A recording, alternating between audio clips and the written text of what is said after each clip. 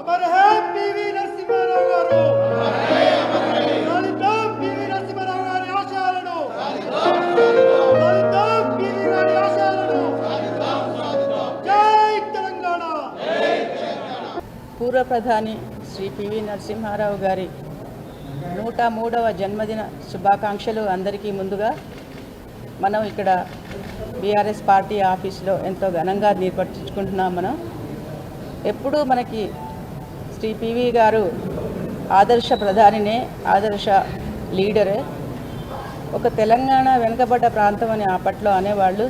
కానీ అటువంటి వెనుకబడ్డ ప్రాంతం నుంచి ఒక అపర మేధావి ఈ దేశాన్ని, అనేక చిక్కుల్లో ఉన్న దేశాన్ని, ప్రమాదం అంచులో ఉన్న దేశాన్ని రక్షించి మైనారిటీ ప్రభుత్వాన్ని, మెజారిటీ కాదు, అబ్సల్యూట్ మెజారిటీ కాదు, అప్పుడు ఏలడం ఏం గొప్పేం లేదు, కానీ అనుక్షణం అనేక ఇబ్బందులను ఎదుర్కొంటూ 5 సంవత్సరాలు దిగ్విజయంగా పరిపాలించి అనేక సంవత్సరాలకు ఒక మంచి సంస్కరణల బాట వేసిన శ్రీ పివి నరసింహారావు గారు, తెలంగాణ ముద్దుబిడ్డ మా నాయన గారు. ఇక్కడ ఈ జయంతి ఉత్సవాలు చేసుకోవడం అనేది చాలా సంతోషమైన విషయం. ఈ సంవత్సరానికి ఒక ప్రాముఖ్యత ఉంది.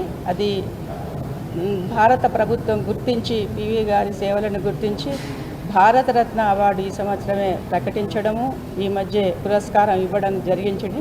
అదంతా తెలంగాణ ప్రవాసులందరికీ ఎంతో పెద్ద విషయం. అది ఇప్పుడు ఎవరూ కూడా తెలంగాణ వెనుకబడ్డ ప్రాంతం కాదు, తెలంగాణ రాష్ట్రమే అసలు దేశానికి ఒక ఆదర్శ రాష్ట్రం. మరొకసారి పివి గారిని మనం అందరం గుర్తు చేసుకుందాము. మనం మరొకసారి మన కేసీఆర్ గారికి కృతజ్ఞతలు తెలియజేసుకుందాం. ఎందుకంటే మరిచిపోబోతున్నారేమో, అంత గొప్ప మహానుభావుడిని ప్రజలు మరిచిపోతున్నారేమో అన్న క్షణంలో 2021వ సంవత్సరంలో 2021 నుంచి 22 దాకా ఒక సంవత్సరం పాటు పివి గారివి శత జయంతి ఉత్సవాలు నభూతో నభవిష్యత్ లాగా ప్రపంచమంతా తెలియజేసేలాగా పివి గారి గురించి ఉత్సవాలు, శత వసంత ఉత్సవాలు ఎంతో గొప్పగా కీర్తించేటట్టుగా, తెలిసేటట్టుగా చేసిన కేసీఆర్ గారికి అతలాకుతలమై ఆర్థికంగా దెబ్బతిని ప్రమాదపు అంచున ఉన్న దేశానికి ఆనాడు 1991లో ఒక ప్రమాదకరమైన పరిస్థితుల్లో, ఆనాడు ఆర్థికంగా పతనమైన పరిస్థితుల్లో ఒక ప్రధానమంత్రి పదవి అధిష్ఠించడం జరిగింది. కానీ ఈరోజు వెనక్కి తిరిగి చూసుకుంటే బిఫోర్ పీవీ, ఆఫ్టర్ పీవీ అన్న స్థాయిలో 1991, 96 ఆ కాలం ఏదైతే ఉన్నదో 5 ఏళ్ల కాలం భారతదేశ ఆర్థిక వ్యవస్థను, ఆర్థిక ముఖ చిత్రాన్ని మార్చిన ప్రధానమంత్రిగా పివి నరసింహారావు గారి పేరు ఎవరైనా సరే తలుచుకోక తప్పదు.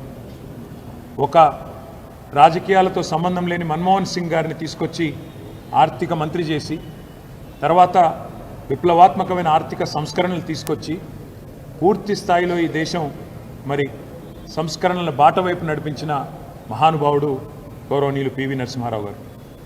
16 భాషల్లో అఖండమైన పట్టున్న, కొన్ని సందర్భాల్లో మౌనమే తన భాషగా నడిపిన చతురుడు, రాజనీతిజ్ఞుడు పివి గారు. పివి నరసింహారావు గారి వ్యక్తిత్వం కానీ, ఆయన బహుముఖీనమైన ప్రజ్ఞాపాఠవాలు కానీ దగ్గర నుండి చూసిన వారి కుటుంబానికి కానీ, వారి అభిమానులకు కానీ, ప్రజలకు కానీ బాగా తెలుసు. ఒక కవిగా, కథకుడిగా, సాహిత్యపరుడిగా, అదేవిధంగా అఖండమైన సామాజిక స్పృహ ఉన్న నాయకుడిగా, ఒక సంస్కరణశీలిగా పివి నరసింహారావు గారిని చరిత్ర ఎన్నటికీ కూడా మర్చిపోదు. తప్పకుండా భారతదేశం ఎంతకాలం అయితే ఉంటుందో అంతకాలం కూడా పివి నరసింహారావు గారి పేరు సుస్థిరంగా భారత ప్రజల గుండెల్లో నిలిచి ఉంటుంది. సంస్కరణశీలి అని నేను ఊరికే అనలేదు.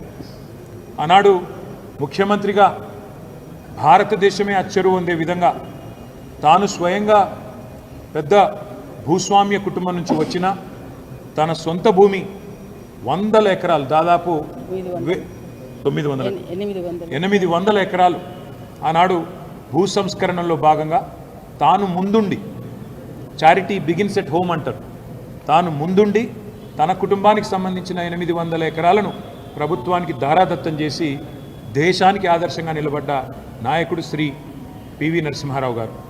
తర్వాత విద్యారంగంలో ఒక అవకాశం వస్తే హెచ్ఆర్డి మినిస్టర్గా నవోదయ పాఠశాలలు పెట్టిన, గురుకులాలు పెట్టి ఇవాళ అద్భుతమైన పిల్లలకు వాళ్ళ భవిష్యత్తుకు బంగారు బాటలు వేసిన దాని ఆలోచన కూడా దానికి పూర్తి క్రెడిట్ కూడా పివి నరసింహారావు గారు. చివరికి ఒక దశలో జైళ్ళ శాఖ ఇచ్చినా కూడా అందులో కూడా ఓపెన్ జైల్ కాన్సెప్ట్ని తెచ్చిన ఒక సంస్కరణశీలి పివి నరసింహారావు గారు. వారి గురించి చెప్పాలంటే ఎంత చెప్పినా తక్కువే. మనిషి నిత్య కృషివలుడు, నిత్య విద్యార్థి.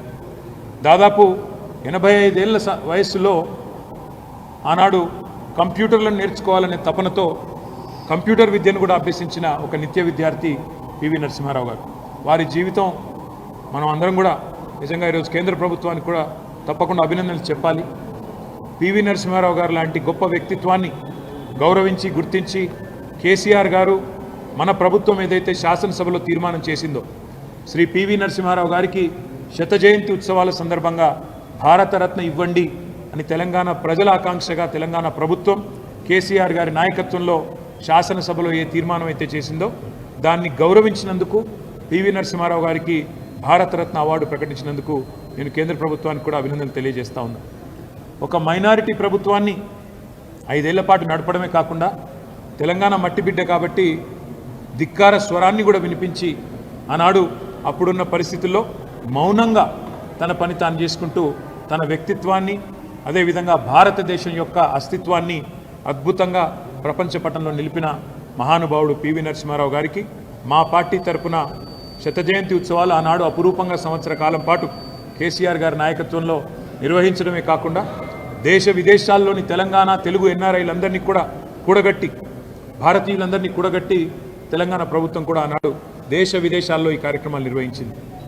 పివి నరసింహారావు గారి పేరు నెక్లెస్ రోడ్డుకి పెట్టడమే కాకుండా అక్కడే వారి విగ్రహాన్ని కూడా సమున్నతంగా ప్రతిష్ఠించిన నాయకుడు కేసీఆర్ గారు. అదేవిధంగా పివి నరసింహారావు గారికి భారతరత్న ఇవ్వాలనే డిమాండ్ కూడా ఆనాడు ప్రభుత్వ పక్షాన్నే పెట్టిన నాయకుడు కేసీఆర్ గారు. నేను మీ అందరికీ ఈ సందర్భంగా ధన్యవాదాలు కూడా తెలియజేస్తూ పివి నరసింహారావు గారి జీవిత చరిత్రను వివిధ పార్శ్వాలను తప్పకుండా కేంద్ర ప్రభుత్వం కూడా ఎన్సీఈఆర్టీ పుస్తకాలలో పాఠ్యాంశాలలో కూడా చేర్చి భవిష్యత్ తరాలకు కూడా తప్పకుండా గుర్తుండిపోయే విధంగా స్ఫూర్తినిచ్చే విధంగా ఆ మహానుభావుని గౌరవించాలని చెప్పి కూడా కేంద్ర ప్రభుత్వానికి కూడా మా తరఫున మా పార్టీ తరఫున విజ్ఞప్తి